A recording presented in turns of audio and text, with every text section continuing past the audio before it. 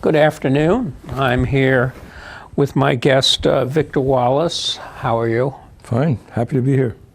Victor is a member of the Somerville Bagel Bards. That's where I met him, and he's the author of many books, but I think this is the most recent one, right? Actually, this is my first one, and I'm sorry. There is another more recent one. All right. Well, we're going to be discussing the red-green revolution, the politics and technology of eco-socialism, correct?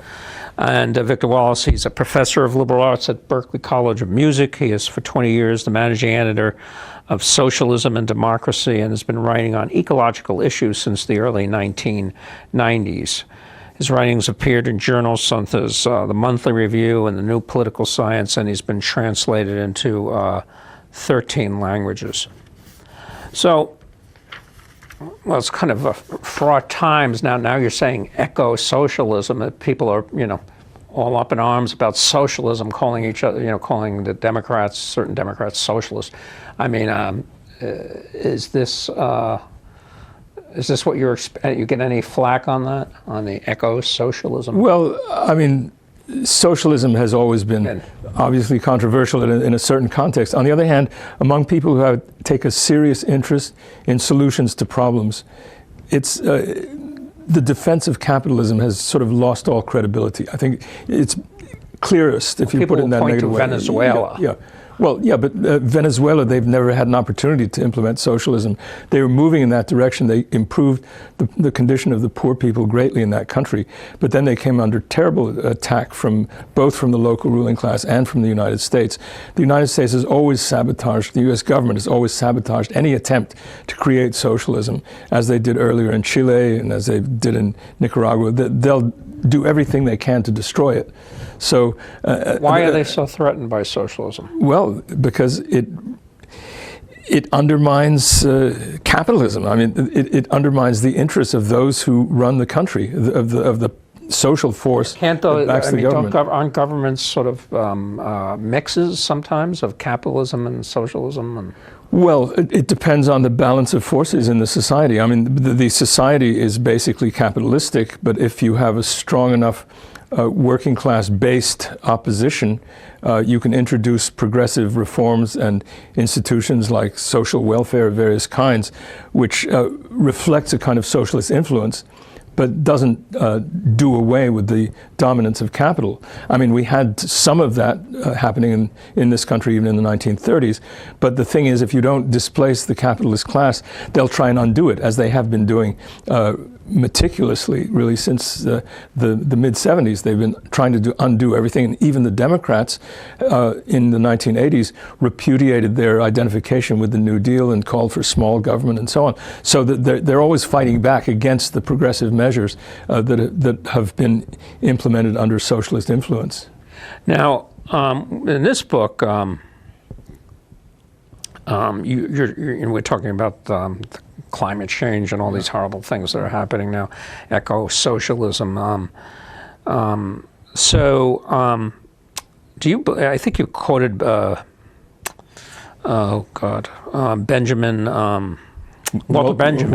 And his metaphor, a train without brakes. Do we still have some brakes? I mean, or are we just... That's up to us. I mean, the brakes could still work, right? No, they don't. I mean, what that metaphor refers to, or what I use it for, is to refer to what the capitalist economy is doing to the environment. It's on a runaway kind of situation, and it's desperately urgent to put brakes on it, let alone to go further and actually create a decent society, but even to do the minimal thing to slow down to some extent. Some of these geological processes have been set in motion. Some of them are going to continue anyway, no matter what happens, but it's a matter of degree. But the matter of degree affects actual, real human lives in the next few generations. How many generations our species will be able to continue is a function of how successful we are in putting brakes on this infinite drive toward expansion that's capitalism. And I think the thing that people need to recall, I think it was quite well publicized, is that the fossil fuel companies learned in the 1970s by their own research that the burning of fossil fuels would have the greenhouse gas producing effects that it has had. And in fact, didn't the Trump administration admit, it was in the paper, that yeah, we know that there's climate change and things are bad, but what are we gonna, it's not going to happen for a while, and what are we going to do? Ruin the economy? So let's just go ahead and do it. Yeah. Well, it's a lie. It's a lie that nothing bad's happening. We see already, the terrific forest fires and the droughts and the floods, and it's happening all the time. Obviously, it's not happening everywhere to the same degree at once, but it is happening. They're sort of, as they say, 500-year level. Unprecedented levels of disaster, and the floods in India now. People would say, the opposing position would say, well, these have always been happening. But no, it's a matter of degree. They're intensifying now. So that hurricanes, you've always had hurricanes, but if the ocean water is warmer, the sea levels are higher, then the flooding effects of the hurricanes will be greater. So Katrina in New Orleans in 2005 was a product of that, and there's more and more of that. The sea levels are rising noticeably, and if and when, and it's more when than if, the ice shelves break off, there'll be sudden sea level rises even higher than the ones we've witnessed so far. So these are definite trends which are visibly happening and are recognized by science. And so the political purpose that's served by denying it is the best indicator is that actually reverse. People are spending money, big money, to put up these walls, for the rising climate. Cities are, in spite of what, the rhetoric that's coming out. Yeah. So people are putting their hard-earned money up to, I'm talking about cities and government, local governments and things like that. So it shows they know it's happening. Even if they pretend to deny it. So it's so So basically, what you're saying is that you advocate a socialistic socialism to solve the ecological crisis, a political force. Yeah, well, what I'm saying, to put it in concrete terms, is that the economy has to be run on different principles from those on which it's now run, because the present principles calling for infinite expansion and unrestricted burning, drilling more, and even taking pleasure in the fact that the Arctic ice cap is melting, this has to be changed. And the only basis on which it can be changed is by saying that decisions about what to produce and how much have to be made democratically by the society as a whole, and not on the basis of what can produce a profit for a particular enterprise. And so that's the basic meaning of socialism, is social control. Social means by the entire society, which by definition, if you look at it literally, is democratic. And that's what's necessary. And it has to be made with the needs of all human beings and of the health of the natural environment in mind. And the well-being of humanity is inseparable from the health of the environment. And that's what the people who want to continue business as usual don't realize. And all serious investigators have there that the continuation of business as usual is bringing disastrous consequences. So there's nothing. The term green capitalism is basically just a cipher. There's nothing to it, right? Well, yeah, it's a position that's put forward and that has to be taken into account. What did they say? It's a position which says that you can have a sound ecological policy without departing from capitalism. And concretely, what it refers to is the idea that, well, if we just change the form of energy, if we just use wind and solar and so on, but we can do all the same things, but then it'll be okay. But that's not the case, because it's not just a question of what energy you use. There are limitations to these various other forms in terms of their practical application, but it's also a question of the utilization of space, the consumption of materials, the biodiversity, which is a key issue, which is not accounted for. The criteria for biodiversity, again, require reconsideration of the whole thrust that has accounted for agribusiness, these gigantic plantations which involve pesticides and chemical fertilizers and often genetically what alternatives are to that? organisms. You have to feed this growing population. Yeah. You have to have a lot of food. Well, you have to have a lot lot of food, but that doesn't produce more food. It's just a way of producing that involves more concentration of wealth. But the actual amount of food produced per acre is greater with sort of intensive, even small scale production. So it doesn't produce more food. But there's also the land is not just for growing one particular crop or another in a given place. It has multiple functions, including preserving the moisture so that there's not too much of a depletion of the aquifers, which is taking place now with over-irrigation. The preservation of moisture, which depends on having trees around and a balance of species so that you don't have pests and therefore don't need all these chemicals to be used. So it's a whole different approach for which the criteria have to be developed on the basis of scientific study and discussion of practical measures, but not just saying, well, we can maximize the production of just one particular crop in one area if we use all these chemicals, and that's which is what is endangered the health of not only of the global environment but of people. I mean, the farm workers who suffer cancers as a result of the chemicals that they work with and so on.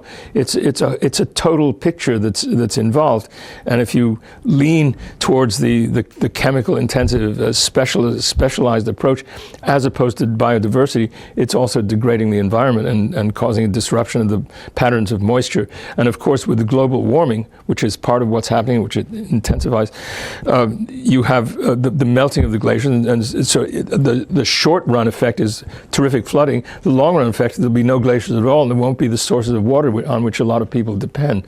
So, and in fact, in terms of biodiversity, one of the ways that's been found of reabsorbing carbon into the soil has been by having more green cover on the soil. So one needs to plant a lot more trees. One needs to preserve what there is of biodiversity. And that decision, that type of decision, is a political decision. It's not going to be made on the basis of price. There's no profit in it because it's not a matter of something you can sell. It's something that has to be done for the benefit of the whole environment and community, and so hence you have to have a different operative principle. So you have no use for things that bring profit? Well, profit, you can make profit off things that are useful, but the point is that if profit is your criterion, that won't be what will make the most useful thing. So, for example, one of the things that the profit motivation does is encourage obsolescence, so that you have to replace something. The throwaway society. So instead of conservation of goods, so profit doesn't dictate conservation. Profit dictates constant innovation, even beyond the point where it's necessary. You produce a new level of technical sophistication just because it creates a new market, and it may introduce new dangers, as in this so-called, you may have heard of this 5G, the fifth generation of radiation.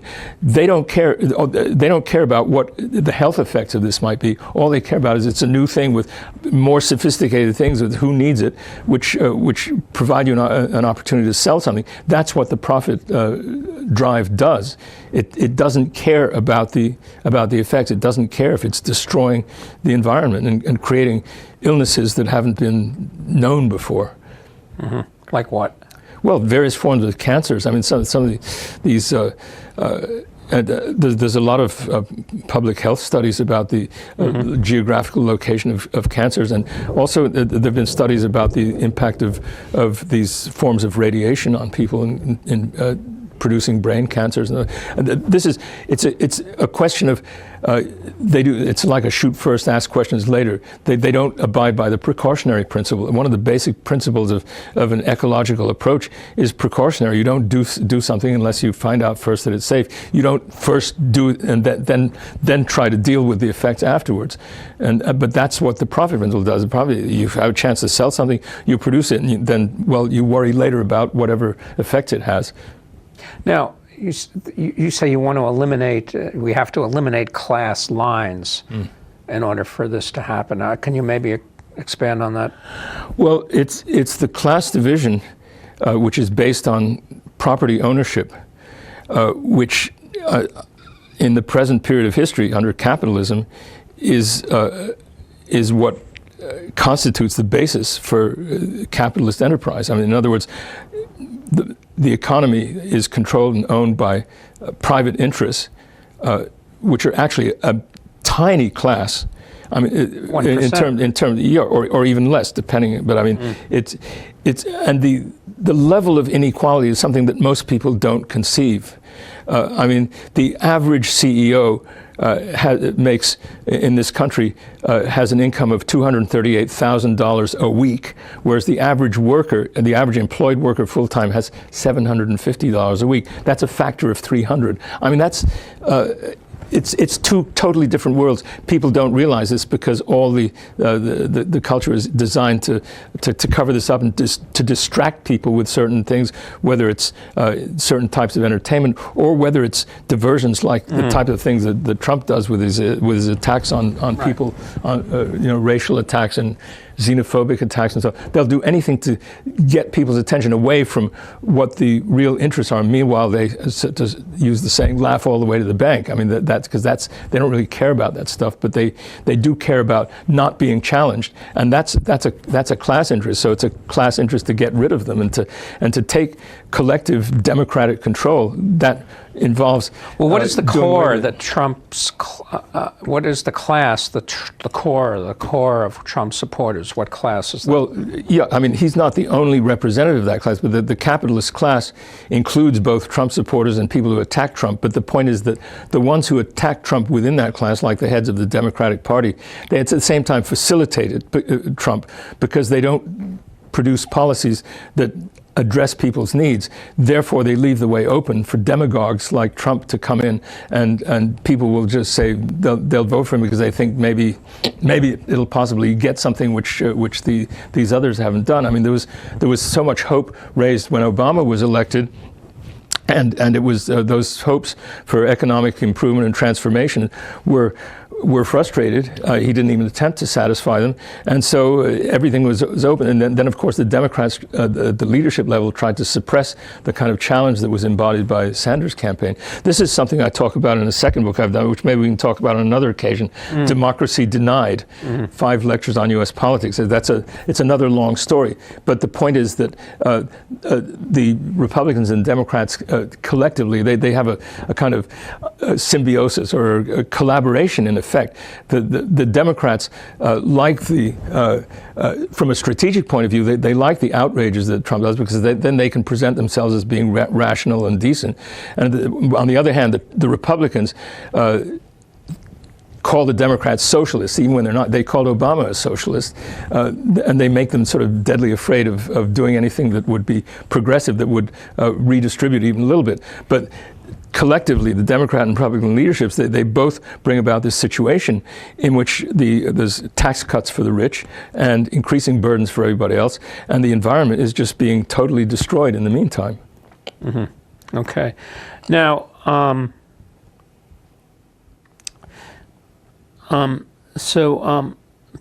you were writing about these issues back in the 90s. Yeah. Did you think today that back then that it would play out like it is today?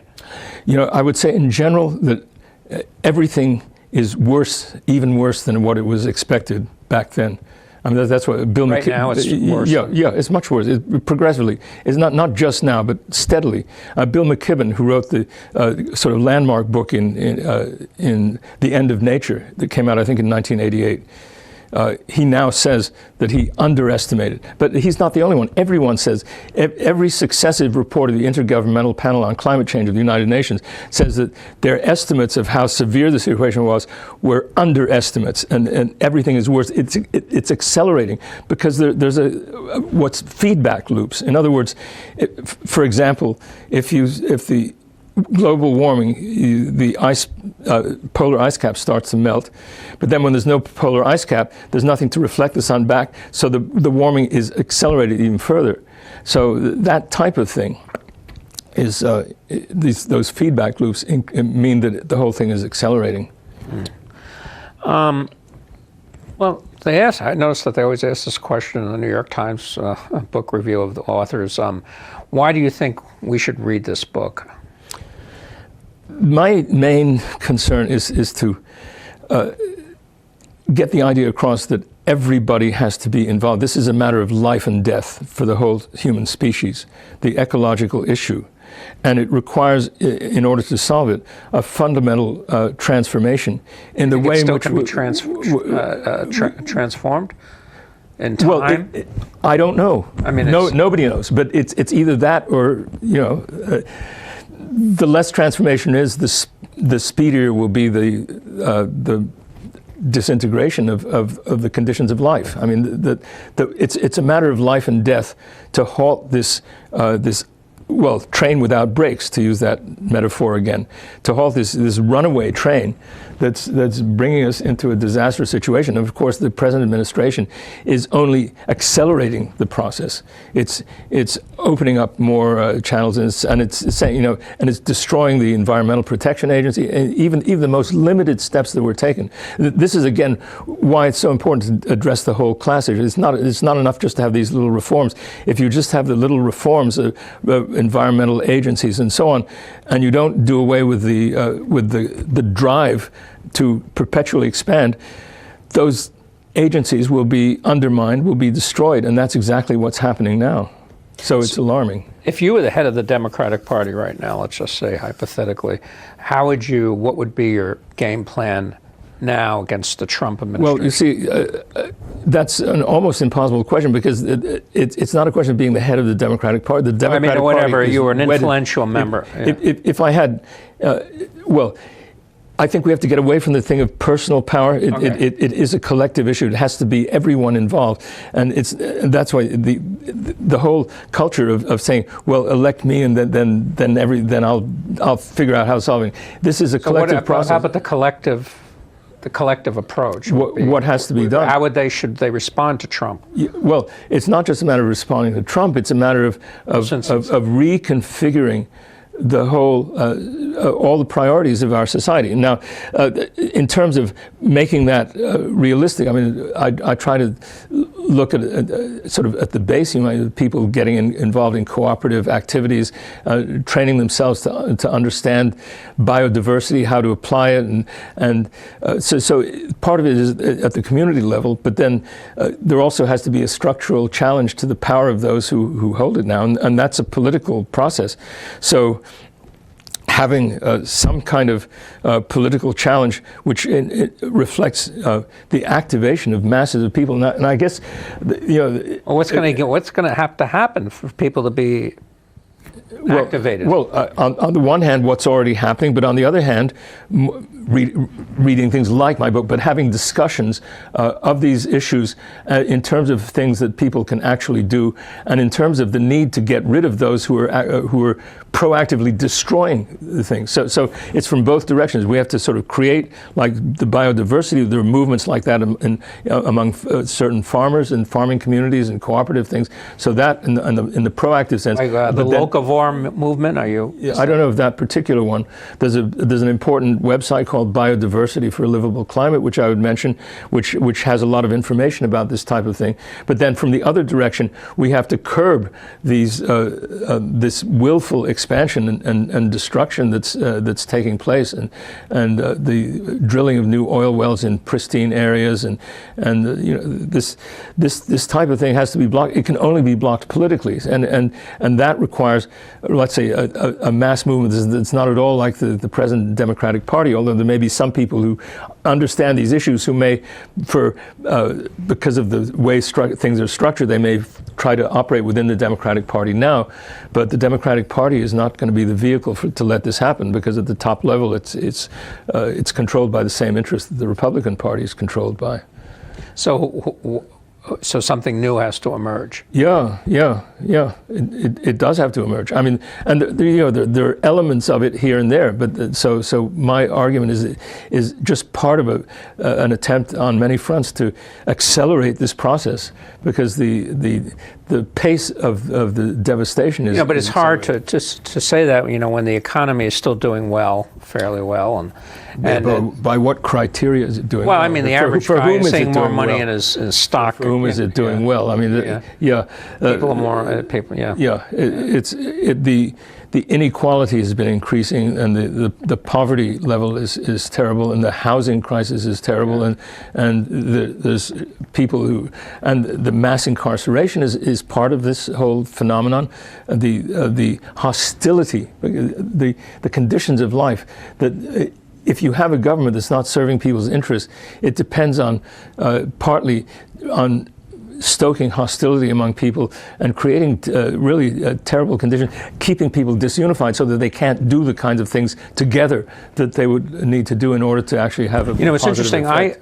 I had a discussion yesterday about this with the noted critic Dennis Daly. I don't know if you know Dennis, but he's over at the Bagel Bars, and I was telling him, I was telling him that PR is important because the president is getting out there and even, is projecting these things. I mean, and just the projection of it, just the, of his, of giving his approval to it, talking the way he does, it's, it's important, it's not a trivial matter about this guy coming up and saying ridiculous things. And right, exactly. Because people, this gives approval for them to continue to do, whatever they're doing. Yeah, and actually, as Ayanna Pressley actually said in her response, that this is a distraction. It's a distraction from our being able to carry out the things that we need to do by just stoking hatred.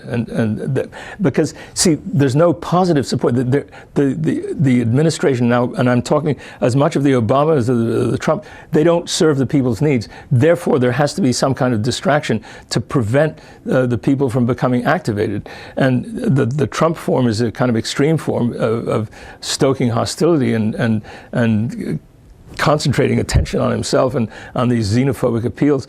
And it's all the way, because they have if they went to the people and said, all right, vote in favor of more privileges for the rich and environmental destruction and no health care for tens of millions of people, nobody would support that. So they have to have something else that they put out there. And that's the problem. Okay, and what book are you working on now? So, well, the second one that I published already is called Democracy Denied, 5 Lectures on U.S. Politics. Okay. But there's another one I'm working on now, which is called Socialist Practice, Histories and Theories, which I hope will be out next year. Mm-hmm. Are you doing any readings of your work or any?